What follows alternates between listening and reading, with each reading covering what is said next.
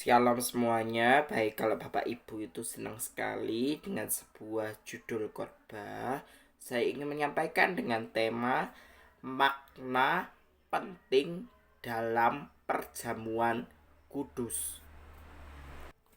Teks kita terambil dari 1 Korintus pasal yang ke-11 ayat 24 sampai 25. Saya bacakan, demikianlah bunyi firman Tuhan. Dan sesudah itu ia mengucap syukur, atasnya ia memecah-mecahkannya dan berkata, inilah tubuhku yang diserahkan bagi kamu. Perbuatlah ini menjadi peringatan akan aku. Dan demikian juga ia mengambil cawan sesudah makan. Lalu berkata, cawan ini adalah perjanjian baru yang dimeteraikan oleh darahku. Perbuatlah ini setiap kamu meminumnya menjadi peringatan akan aku. Makna penting di dalam perjamuan kudus adalah satu momentum yang sakral di dalam gereja, di mana kita menghargai setiap peristiwa yang kita haturkan sebagai ucapan syukur kita atas pengorbanan Kristus di atas kayu salib. Darahnya tertumpah. Ingatlah, darah yang tertumpah, tubuh yang hancur lebur itu demi apa? Keselamatan jiwa.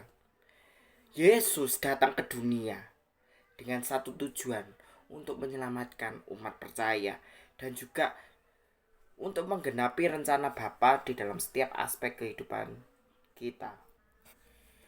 Yesus rela mati demi keselamatan jiwa.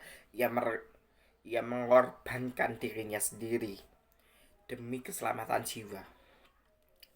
Yuk dibaca. Filipi 2 ayat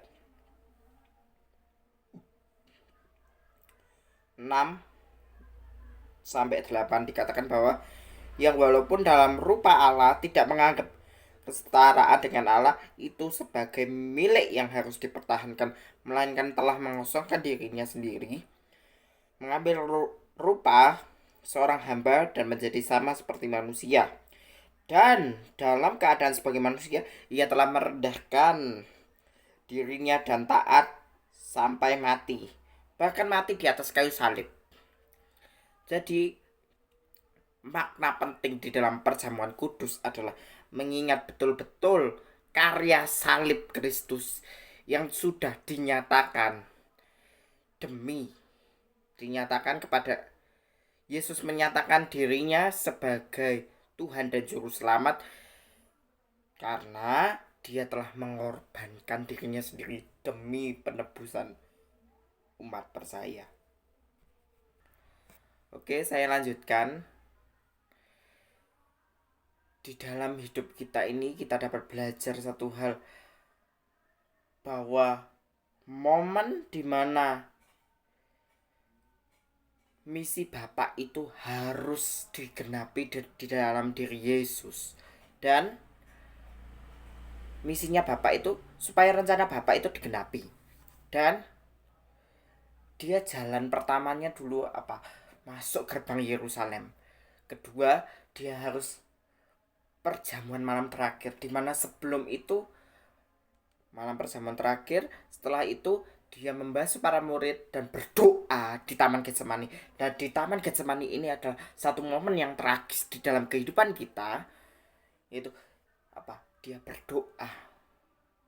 Dia bilang gini, Tuhan, Bapa, sekiranya cawan ini lalu daripadaku, tetapi Yesus harus menggenapi rencana Bapa di dalam setiap aspek kehidupannya. Supaya apa? Yaitu rencana Allah tergenapi di dalam setiap aspek kehidupan kita, dan juga hidup yang mau berkenan di hadapan Tuhan adalah hidup yang benar-benar menaati perintah Bapa. Ingat, momen perjamuan kudus adalah mengingat betul-betul pengorbanan Kristus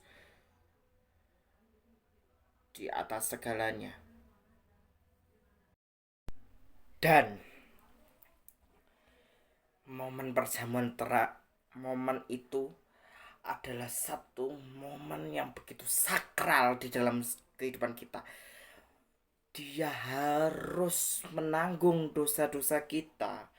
Ya, dari Taman Getsemani inilah satu momen yang tragis di mana Yesus harus berjalan 14 stasi Via Dolorosa. Demi apa? Menyatakan kasihnya kepada kita. Makanya ingatlah perjamuan kudus, saudara. Mengingat betul-betul pengorbanan Kristus di atas kayu salib sebagai bukti bahwa Tuhan itu mengasihi umat percaya. Dan ingatlah roti dan anggur perjamuan itu sebagai tubuh yang hancur dan darah yang tertumpah. Ingatlah itu, saudara. Makanya di dalam setiap aspek kehidupan kita harus hidup dan mati adalah milik Tuhan. Yuk dibaca Roma 14 ayat 8 sampai 9. Sebab jika kita hidup untuk Tuhan. Jika kita mati untuk Tuhan. Jadi kalau baik hidup dan mati adalah milik Tuhan. Sebab untuk itulah Kristus telah mati dan hidup kembali supaya Ia menjadi Tuhan baik atas orang-orang mati maupun orang-orang yang hidup. Nah, ingatlah itu, saudara, bahwa momen perjamuan, makna penting di dalam perjamuan kudus adalah mengingat betul-betul karya salib. Karena apa?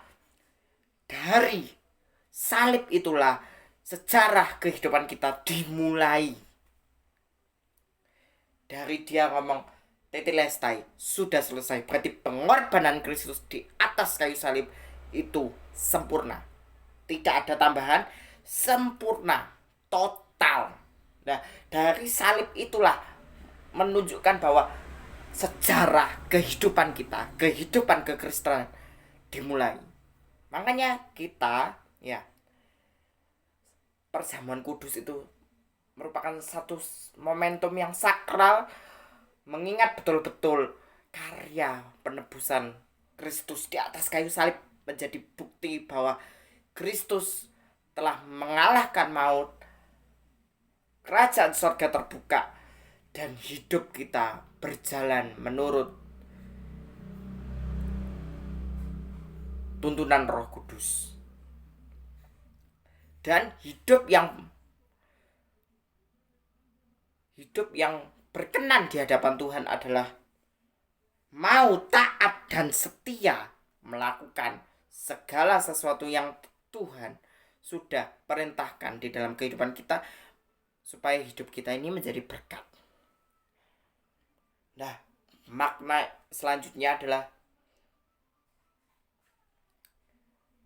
Kristus sudah mati untuk semua orang, supaya yang hidup bukan untuknya sendiri, tetapi untuk Tuhan.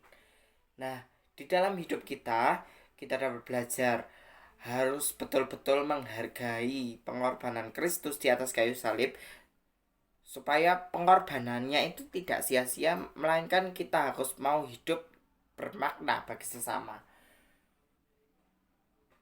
Saya ibaratkan gini, ada roti yang tak beragi dan anggur yang asam. Itu adalah satu momen di mana waktu di atas kayu salib Yesus harus meminum itu sebagai apa? Dia merasa lelah mengikuti 14 stasi Via Dolorosa, menanggung semua dosa kita dan demi penebusan umat percaya. Dan karya salib itu dinyatakan di dalam Kristus. Ia telah mengosongkan dirinya, mengambil rupa sebagai hamba, merendahkan diri, taat sampai mati di atas kayu salib. Inilah siklus kehidupan Yesus. 3,5 tahun pelayanan dan endingnya mati di atas kayu salib demi pengorbanan dosa kita.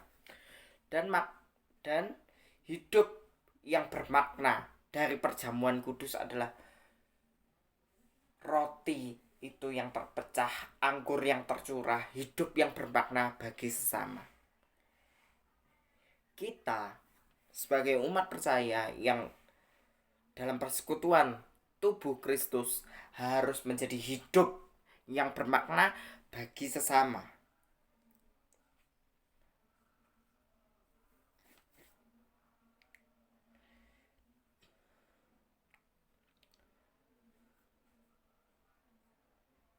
Sebab kasih Kristus menguasai kami, karena kami telah mengerti bahwa satu orang sudah mati berat untuk semua orang, maka mereka sudah mati. Dan Kristus telah mati untuk semua orang supaya yang hidup tidak lagi untuk dirinya sendiri, tetapi untuk Dia yang telah mati dibangkitkan untuk mereka. Jadi kasih Bapa menguasai kehidupan kita, menuntun kita menuju kehidupan yang kekal. Makna perjamuan kudus adalah mengingat betul-betul karya keselamatan dan sakramen perjamuan itu menjadi bukti bahwa kita percaya betul-betul akan Yesus Kristus Tuhan dan Juru Selamat kita yang hidup, tidak mati, hidup, Tuhan yang hidup.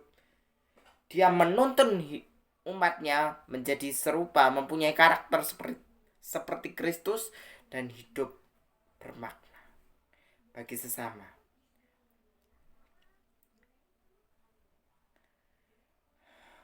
Dalam hidup ini kita dapat belajar, kita harus berjuang mencapai standar yang Tuhan inginkan di dalam setiap aspek kehidupan kita, supaya kita mendapat hidup yang baik sampai kekekalan. Amin. Tuhan memberkati.